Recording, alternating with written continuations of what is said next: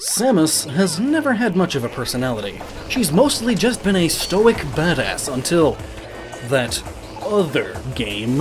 Or so you would think. Apparently, the Metroid manga had given her her actual personality way before Other M did. But anyway, we have a gaming psychoanalysis to do. This time, we're going to take a look at Samus and her supposed PTSD. Wait! Before you hit the dislike button because Other M and the manga ruined your life, hear me out. I'm about to tell you why her PTSD is what makes her an even stronger character than before.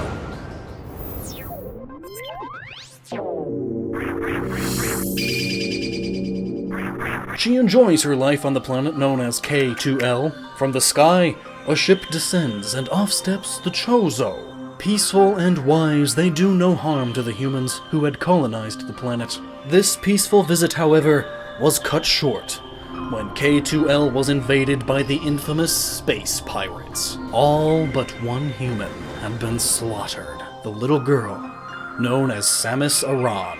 An event such as this would easily leave anyone traumatized, much more a child who had seen her parents killed right in front of her. Ridley left a fire burning in Samus that day. While he was a terrifying beast, Samus knew he had to be stopped one day. Samus was then saved from a lonely hollow death by the returning Chozo, who would infuse her with Chozo DNA and train her in the ways of the Chozo, which in part was teaching her how to use the power suit. Later on, if we take into account the second volume of the manga, we establish that she indeed has a form of a panic or PTSD attack, in which she responds to Ridley's taunts about her family by collapsing to the ground in silence.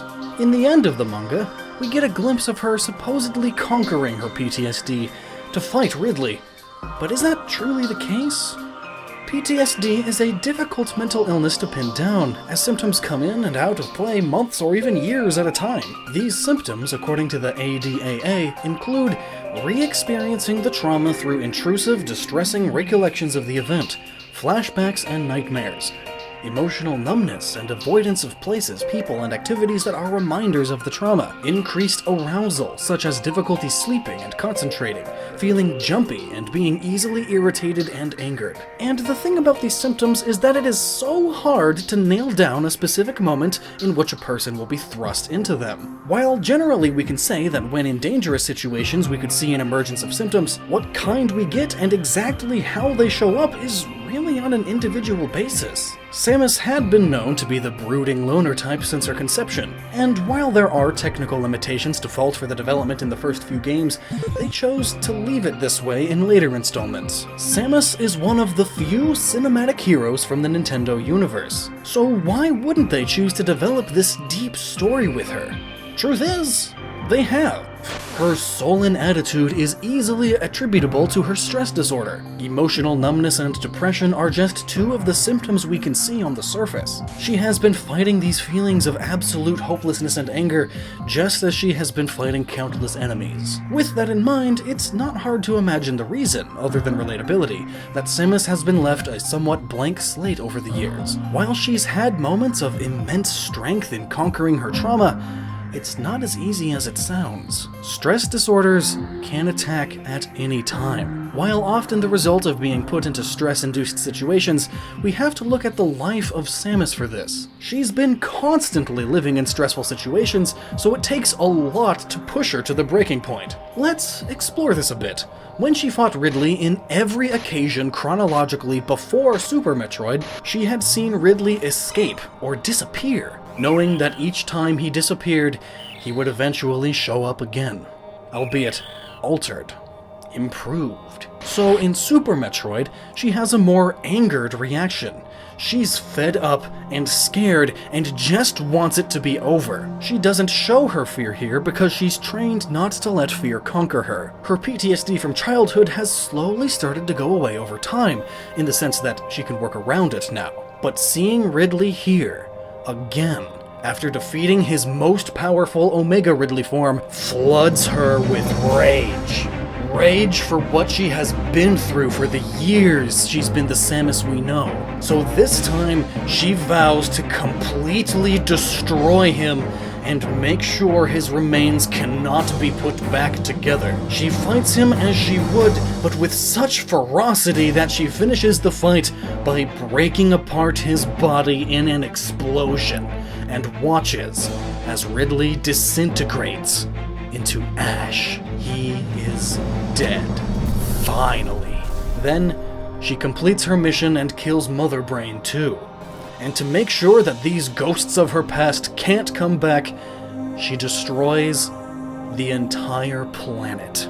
What ash was left of Ridley is now gone, erased from existence.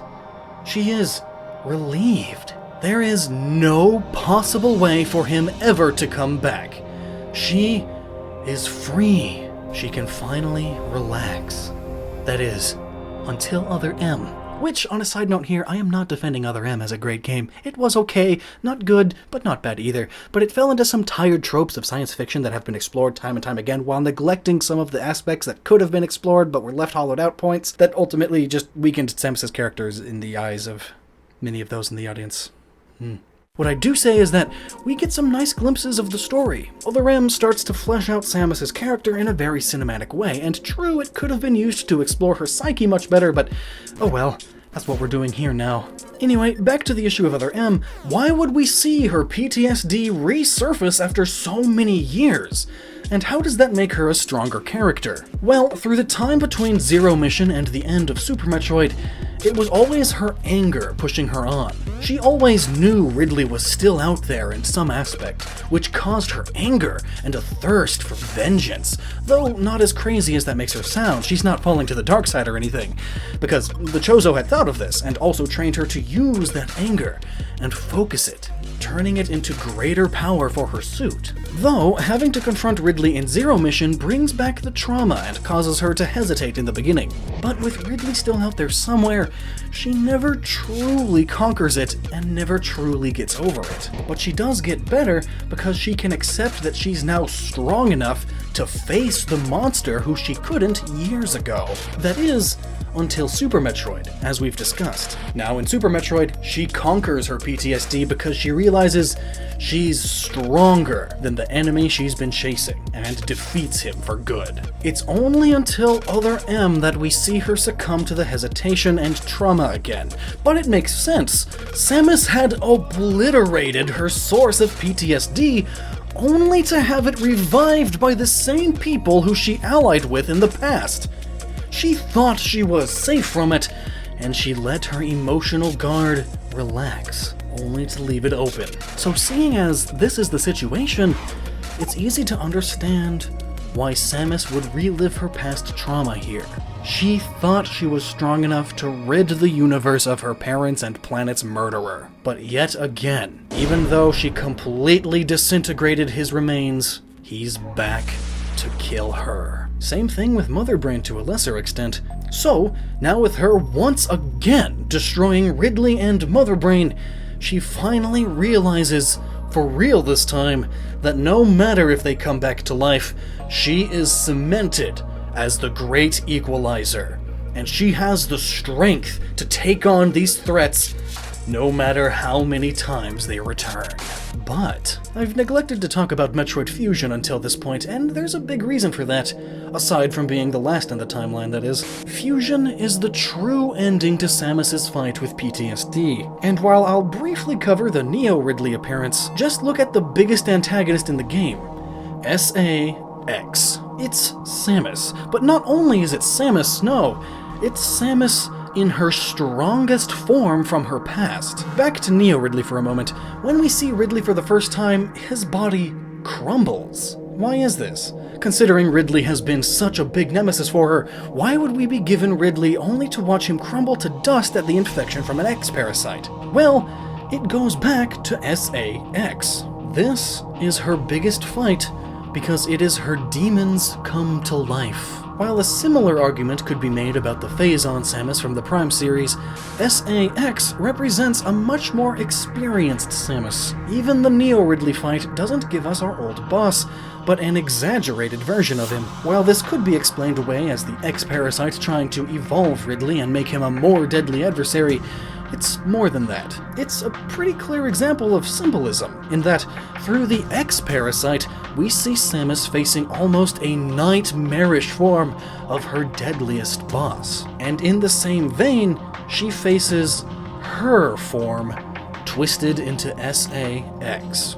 SAX and Neo Ridley are both there to represent her inner demons and her fears. For most of the game, Samus has to run away from SAX, much like she has to run away from her trauma, or it would kill her, at least in her earlier adventures. But she does finally face SAX. She finally faces her demons head-on. This is important because this is what many real-world soldiers have to go through when dealing with PTSD. Though on the subject of Samus, it is downplayed for the need to tell a more concise story. This is still representative of the fight sufferers go through, though. The way people deal with and get past PTSD is very similar to the situations presented in Fusion. They spend so long running away, but finally, they turn around and accept that this is a part of their life that they have to deal with. And though the struggle is hard and takes a lot out of you, if you can take down these demons from your past, you are free to become a much wholer person. Much like we see happen in the final boss fight of Metroid Fusion. Alone, both the Samus who faced her demons and the demons in the form of SAX fall short in fighting the Metroid. It is only when Samus finally accepts that this is a part of her she has to deal with on occasion that she's elevated to a much stronger fighter. It is unfortunate that these things happen to us, but once they do, all we can do is accept what has happened and get up to fight on. There are struggles, and there is pain in life. For some, there is more. For some, there is less. The important lesson is that we all keep going forward and live. Samus faced her PTSD in Other M, and finally accepted her struggle in Metroid Fusion. And this is why she's a much stronger character because of her depiction with PTSD. Because we all know someone who is struggling, or we may be that person ourselves. Samus shows us that we may not always be at our strongest, but if we push ourselves to get past our struggles, we can always keep moving, living, and ever improving. Thank you so much for watching. If you like videos dealing with psychology, I have a few others right here. And please consider supporting this channel on Patreon, links in the description. Until next time, keep your noggin healthy, and don't forget to use it.